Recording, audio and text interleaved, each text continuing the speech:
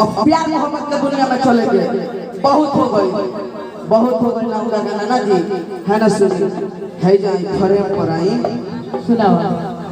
एगो लड़की से प्यार भइल बा, मान ले कि रोवे सच्चा भइल डुप्लीकेट ना सच में भइल सच्चा वाला प्यार नहीं चलो डुप्लीकेट प्यार होला का हो ई प्यार कहलो कर। एगो लड़की से प्यार भइल बा, जब लड़किया के बियाह होता तो लड़का पगलाई बा, प्यार में पागल बा, घर से भागल बा, जाके काज ने कहां जागल बा, तब वो अपना प्यारे के पीछे दिन रात पागल बा। एक दिन जब लड़किया के जयमाल होता, जयमाल के स्टेज पर से जब लड़की उतर के आवतिया तो लड़की चिल्लाता ई झूठी हेने आओ, ई झूठी हेने आओ। तो लड़की सुन ले बिया, खिड़की तरह के कहती है हमरा के भुला जा। अरे बोलो भुला जा, काहे भुला जा? तरह से प्यार क्या करेला तू भुला जा। अच्छा अरे हम दूसरा से प्यार करेला। अरे जब हद से हथुआर हो गई, जब हद से हथुआर हो गई तब तो है गुड्डू के जिंदगी बेकार हो गई। जब नीलम जी हमरा खातिर हरियर सिकल देले कैसे कहता अरे जाता रुपया घरे हो में तू पागला के मोनिया में अपना तू सिनुरा लगा के कैसे कहे बा कि जाता रुपया घरे हो में पागला के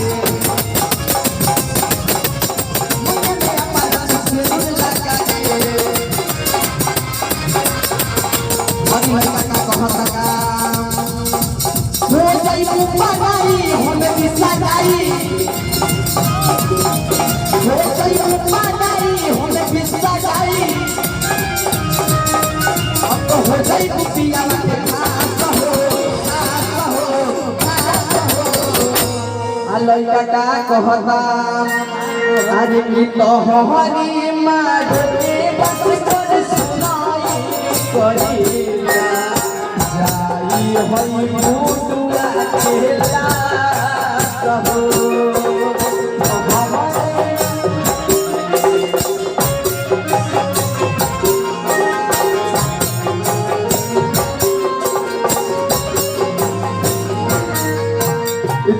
हरी मारे बस कर सुनाई करिला जाई होई मुडुआ खेला कहो।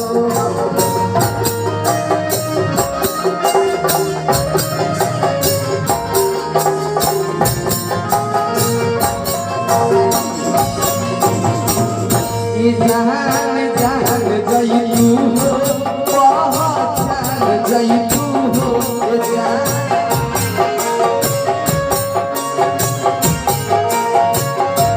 जान जइतू हो पहचान जइतू हो।